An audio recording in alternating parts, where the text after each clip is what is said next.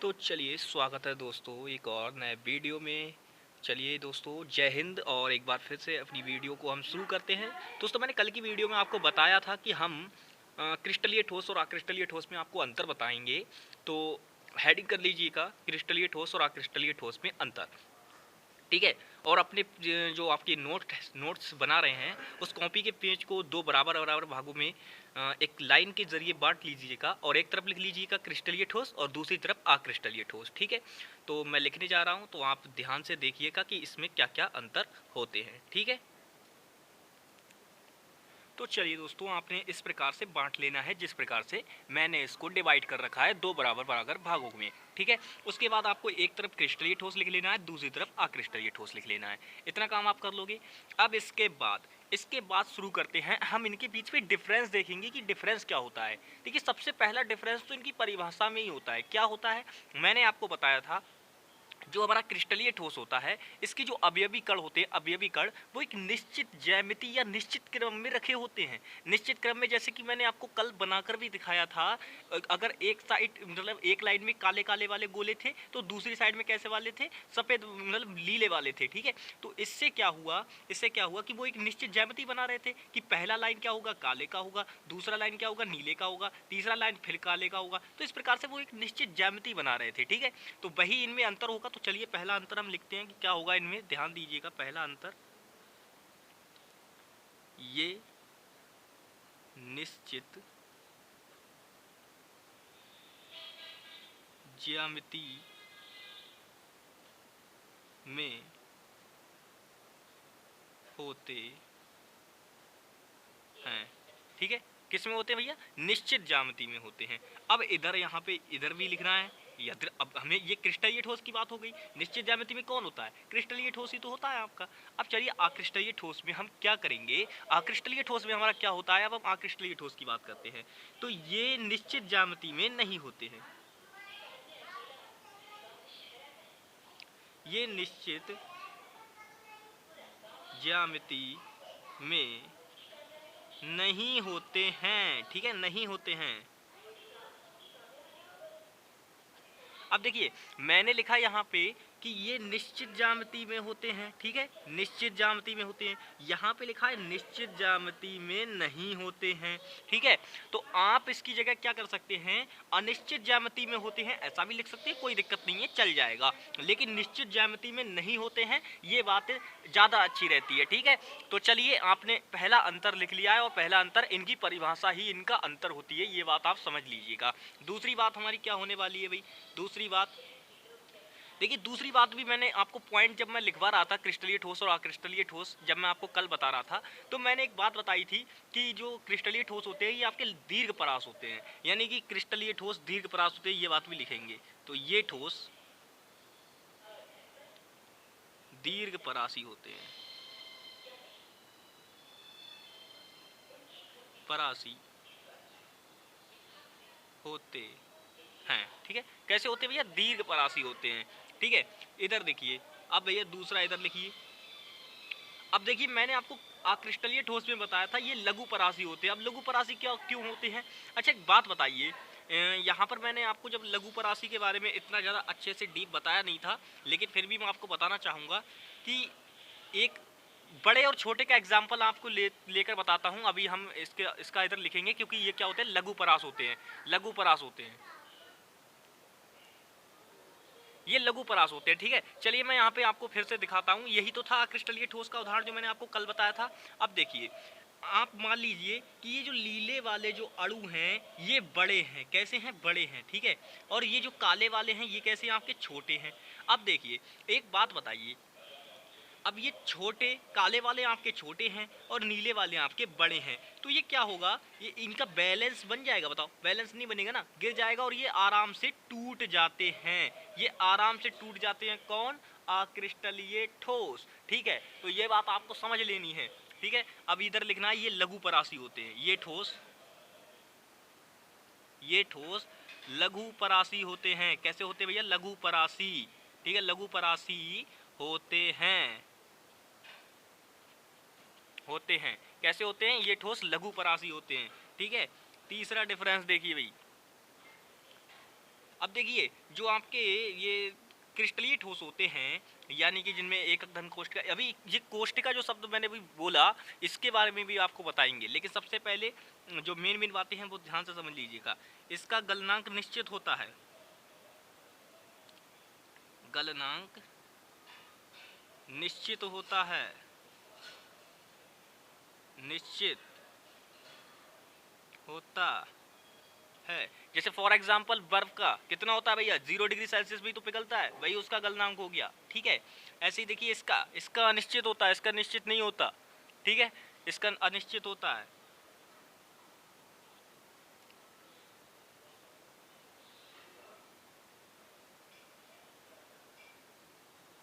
गलनांक अनिश्चित होता है, अनिश्चित होता है। ठीक है, ये बात भी समझ गए। चलिए चौथा देखिए भैया, चौथा इसका देखिए, मैं चौथा आपको बता रहा हूँ। चौथा जो होता है, जो क्रिस्टलीय ठोस होते हैं इनमें विदलन का गुण पाया जाता है। अब आप बोलोगे भाई ये विदलन शब्द आ गया, ये तो हमने आज तक पढ़ा ही नहीं केमिस्ट्री के अंदर। मैं बताऊंगा क्या होता है। ठीक है, तो इनमें विदलन का गुण पाया जाता है। किसका भैया, विदलन का गुण पाया जाता है। विदलन का गुण पाया जाता है और इनमें विदलन का गुण नहीं पाया जाता है, ये बात ध्यान रखना। ठीक है, जो अक्रिस्टलीय ठोस होते हैं इनमें आपका विदलन का गुण नहीं पाया जाता है। ठीक है, तो यहाँ पे लिखेंगे इनमें विदलन का गुण नहीं पाया जाता है, नहीं पाया जाता है, जाता है। ठीक है, यानी कि यहाँ पे क्या होगा, विदलन गुण पाया जाता है किसमें, क्रिस्टलीय ठोसों में, और नहीं किसमें पाया जाता है, अक्रिस्टलीय ठोसों में। ठीक है, ये बात याद रखने लायक है, बहुत पूछी जाती है। अब देखिए आप बोलोगे यार आप तो आपने ये प्रकार बता दिए, ये भी डिफरेंस तो बता दिया इनके बारे में कि इस एक में विदलन गुण पाया जाता है, क्रिस्टलीय ठोस में पाया जाता है, अक्रिस्टलीय ठोस में नहीं पाया जाता। लेकिन आप विदलन गुण बताने के लिए बोल रहे थे, वो तो आपने बताया ही नहीं। अरे चलिए बताते हैं भैया। देखिए विदलन जो गुण होता है इसमें क्या होता है कि जब भी हम किसी क्रिस्टलीय ठोस को चाकू से काटते हैं तो एक सपाट सतह प्राप्त होती है। फॉर एग्जाम्पल जमे हुए बटर को देख लीजिए, जब आप उसे काटोगे, ठीक है, जब आप उसे काटोगे तो बिल्कुल सपाट सतह प्राप्त होगी, एकदम काट के देखना कभी भी।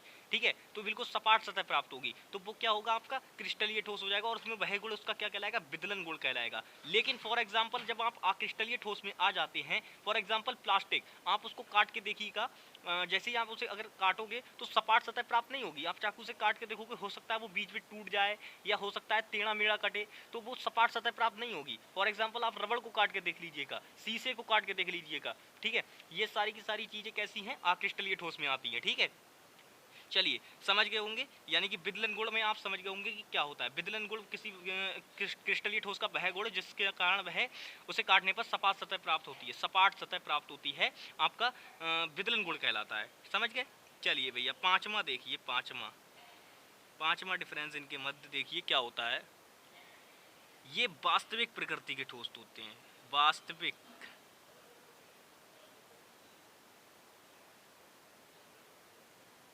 प्रकृति के ठोस होते हैं,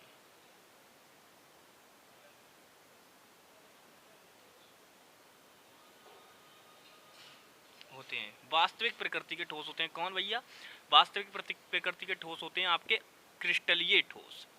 ठीक है, इसी प्रकार देखिए ये अवास्तविक प्रकृति के ठोस होते हैं। कौन, अक्रिस्टलीय ठोस।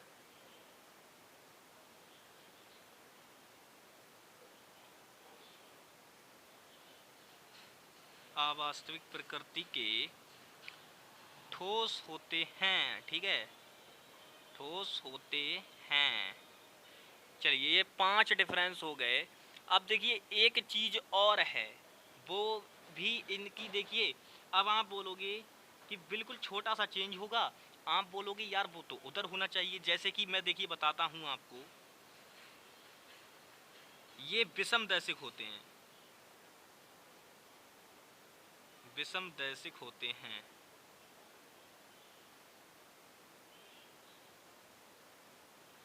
होते हैं, जबकि ये वाले क्या होते हैं आपके, ये समदैशिक होते हैं। बताओ, समदैशिक होते हैं।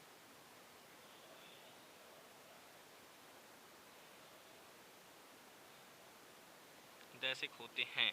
यानी कि आपको समझना क्या है, आप बोलोगे कि मैं देखिए यहाँ पे ये वाला जो अंतर अभी मैंने डिफरेंस लिखा है, इसको मैंने ब्लैक हेडिंग से इसलिए लिख रखा है क्योंकि ये बहुत ही ज़्यादा फोकस करने वाली चीज़ है। आप बोलोगे भैया क्रिस्टलीय ठोस है, आपने अभी तक तो पढ़ा नहीं है कि क्रिस्टलीय और अक्रिस्टलीय क्या होते हैं, तो आपको उतनी नॉलेज नहीं है इसके बारे में, लेकिन मैं पढ़ रखा हूँ इसी मुझे पता है। तो ये देखिए विषम दैसिक प्रकृति इसकी ये होती है कि भैया इसमें क्या होगा, मैं देखिए आपको बनाकर दिखाता हूँ। यहाँ पे मान लीजिए ये कोई क्रिस्टल है, क्या है, कोई क्रिस्टल है, इसमें इसके अभी अभी कण है ये। अब चाहे कुछ भी हो, परमाणु हो, आयन हो, चाहे कुछ भी हो, ठीक है, अणु हो, कुछ भी हो। ये देखिए अब मैं बिल्कुल क्रिस्टलीय ठोस तो बना ही रहा हूँ। देखो क्रिस्टल ठोस है, क्रिस्टलीय ठोस है नहीं, बताओ भाई, निश्चित ज्यामिति में है, ठीक है। इस प्रकार से अब देखिए मैं इनमें क्या करूंगा, इनमें क्या होगा, इसकी प्रतिरोध, प्रतिरोध, चालकता, चालकता, और एक चीज और होती है, क्या बोलते हैं, अपवर्तनांक, अपवर्तनांक। मतलब ये जो तीन चीजें मैंने लिखी हैं, अगर यहां से मैं कोई दो कण उठा लूं, मान लीजिए मैंने ये दो कण उठाए, क्या उठाए, ये दो कण मैंने अगर उठाए, तो इनकी इन चीजों में यानी कि प्रतिरोध, चालकता और अपवर्तनांक, इन दोनों कणों में इतना ज्यादा डिफरेंस होगा कि भाई बहुत ज्यादा डिफरेंस होता है। यानी कि अगर एक का 10 है तो दूसरे का 100 हो जाएगा, अगर तीसरे का 30 है तो चौथे का कितना हो जाएगा, 3000 हो जाएगा। यानी कि बहुत ज्यादा डिफरेंस होता है, इसीलिए ये कैसे होते हैं, विषम दैसिक होते हैं, ठीक है। अब समदैशिक में बात करते हैं, तो समदैशिक में क्या होता है भाई, समदैशिक के लिए यहाँ पे मैं चाहिए आक्रिस्टलीय ठोस बनाता हूँ। आक्रिस्टलीय ठोस में क्या होगा, बिल्कुल कोई निश्चित ज्यामिति नहीं होगी, यानी कि दो ऐसे, फिर तीन ऐसे, देखिए चार बन गए, वो भी ध्यान भी नहीं दिया, फिर एक ऐसा, फिर तीन ऐसे, फिर दो ऐसे, फिर चार पूरे ऐसे कर दिए, फिर ऐसे ऐसे ऐसे ऐसे। कोई निश्चित ज्यामिति नहीं होती है इसकी, तो निश्चित ज्यामिति हम भी नहीं बना रहे, ठीक है। जब नहीं होती तो नहीं होती भाई, ठीक है। चलिए कुछ इस प्रकार से आपका आक्रिस्टलीय ठोस दिखता है।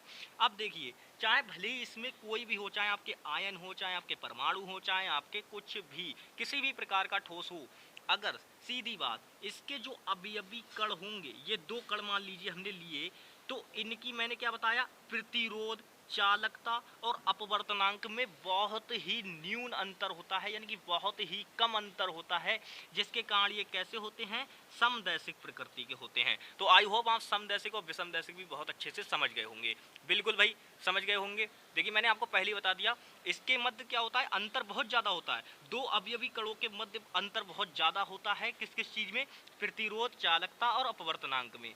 तो अंतर ज्यादा होगा तो वो कैसा प्रकृति होगी उसकी, विषमदैशिक प्रकृति होगी। तो क्रिस्टलीय ठोसों में यही होता है, इनकी चालकता, प्रतिरोध और आप जब भी अपवर्तनांक निकालोगे तो उनमें बहुत ज्यादा डिफरेंस आएगा, इसीलिए कैसे होते हैं, विषमदैशिक प्रकृति के होते हैं। बस इतनी बातें आपको समझनी है, ठीक है। चलिए इतनी बातें होती हैं, और नोट डाल के एक चीज़ लिखवाऊंगा, वो चीज़ आप लिख लीजिएगा। इतने इतने नोट्स आप प्रॉपर तरीके से बना लीजिएगा, सारी चीज़ें आपको शो की गई हैं मैंने। चलिए एक बार फिर से अच्छे से दिखा देता हूँ मैं क्या चीज़ें बताई थी मैंने आज, क्रिस्टलीय ठोस और अक्रिस्टलीय ठोस में अंतर, उसके बाद ये सारी चीज़ें आपको मैंने लिखवाई हैं। तो इन सारी चीज़ों को आप अच्छे से लिख लीजिएगा, ठीक है। और इसको आप चाहे तो बना भी सकते हैं, लेकिन अच्छे से बनाइएगा अगर आप इसको बनाते हैं, ठीक है, अच्छे से बनाइएगा। चलिए नेक्स्ट अब आगे बढ़ते हैं। मैंने बोला आपको कुछ मैं पॉइंट्स लिखवाऊंगा, वो पॉइंट्स आपको लिखने होंगे, ठीक है, वो पॉइंट्स आपको लिखने होंगे। अब ये डिफरेंस नहीं चल रहा है, अब ये नोट डाल के आप लिख सकते हैं इसको, क्या डाल के लिखेंगे, नोट डाल के लिखेंगे, नोट डाल के, नोट डाल के लिखना है आपको, सीसा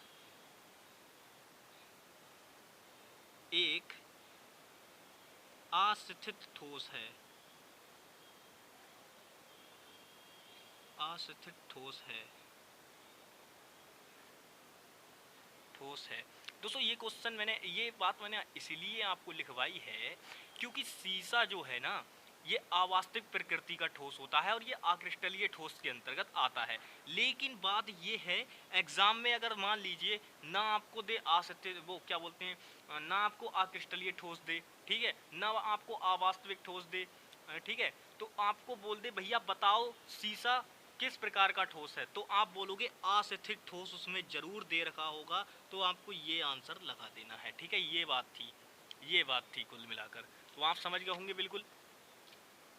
चलिए भैया, अब हम नई चीज़ देखने जा रहे हैं। आज की वीडियो में बस उसके प्रकार बताऊंगा, उनके बारे में कुछ ज़्यादा खास डिस्कस नहीं करेंगे हम। ठीक है, कुछ खास डिस्कस नहीं करेंगे उनके बारे में।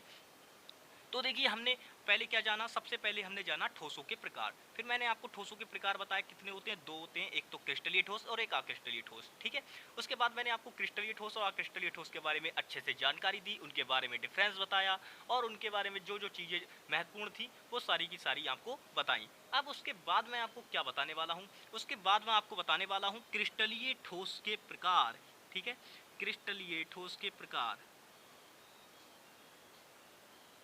क्रिस्टलीय ठोस के प्रकार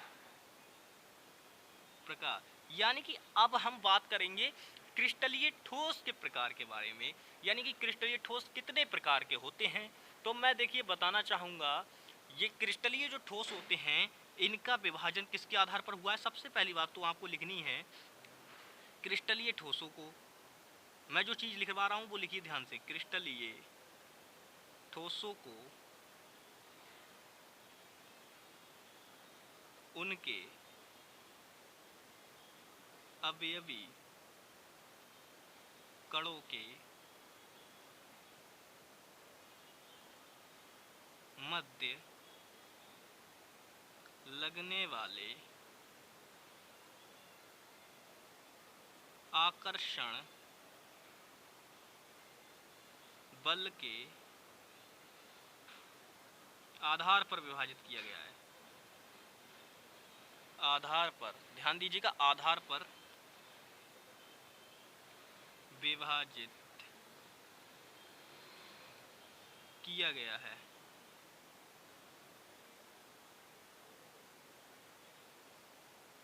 है। अब लेट वी सी, अब आपको इसमें क्या देखना है। देखिए, मैंने बोला कि क्रिस्टलीय ठोसों को उनके अवयवी कणों के मध्य लगने वाले आकर्षण बल, अंतरा आणविक आकर्षण बल, ये बात ध्यान रखना। जो ये आकर्षण बल शब्द जो मैंने बोला था, ये आकर्षण बल शब्द ये तो रहेगा ही रहेगा, लेकिन इसके साथ आपको एक चीज़ और लिखनी है, यहाँ पर एक चीज़ और लिखनी है। वो क्या चीज़ लिखनी है वो मैं आपको यहाँ पर बता रहा हूँ अभी क्या लिखना है आपको। तो ध्यान दीजिएगा, जो ये आकर्षण बल होता है वो कैसा होता है, अंतराणविक आकर्षण बल होता है, अंतराणविक। ठीक है, अंतराणविक आकर्षण बल, तो ये बात आप बीच में लिख लीजिएगा, यहाँ पर जहाँ मैंने ये पॉइंट डाला है यहाँ पे लिख लीजिएगा। ठीक है, तो अंतराणविक आकर्षण बल के आधार पर किया गया है। अब बात करते हैं, अब आते हैं मेन बात पर। ये तो जानकारी के लिए, अगर हमसे कोई पूछ ले कि भाई बताओ क्रिस्टलीय ठोस के कितने प्रकार होते हैं, मतलब क्रिस्टलीय ठोस कितने प्रकार के होते हैं, तब आप उससे बताने से पहले आपको थोड़ी जानकारी उसे और देनी होगी। आप बोलोगे आपने ये क्वेश्चन पूछा है, तो चलिए इसका आंसर भी हम बताएंगे, लेकिन इसके बारे में हम थोड़ी जानकारी आपको और भी देंगे। ठीक है, तो इसलिए मैंने ये बात बताई। वैसे मैं बता सकता था कि क्रिस्टलीय ठोस चार प्रकार के होते हैं और मैं उन चारों प्रकारों के नाम बता देता, तो ये बात। चलिए, अब आपको जिस चीज़ का इंतजार था वो चीज़ हम कराते हैं, यानी कि क्रिस्टलीय ठोस कितने प्रकार के होते हैं, ये बात आपको बताते हैं जिसका आप इंतजार कर रहे हो भैया। देखिए, नई नई चीज़ें आपको सीखने को मिल रही हैं, तो सीखिएगा अच्छी तरीके से उनको। ठीक है, क्रिस्टलीय ठोस, क्रिस्टलीय ठोस चार प्रकार के होते हैं, प्रकार के होते हैं। अब देखिए, कौन से चार प्रकार होते हैं वो मैं आपको लिखा देता हूँ। आज की वीडियो में केवल लिखाऊंगा उनके बारे अभी, और कल की वीडियो में मैं उनको पूरी तरीके से डिस्कस कर दूंगा, चारों के चारों, ये बात ध्यान रखना। ठीक है, तो सबसे पहला जो होता है हमारा, वो होता है भैया आणविक ठोस। कौन सा होता है, देखिए, आप इनको क्रम से लिखेंगे तो ज़्यादा बेटर रहेगा। पहले होता है, सबसे पहले होता है सहसंयोजी ठोस, सहसंयोजी ठोस। ठीक है, उसके बाद आणविक ठोस। ठीक है, नहीं, उसके बाद आयनिक ठोस है, आयनिक ठोस, फिर धात्विक ठोस,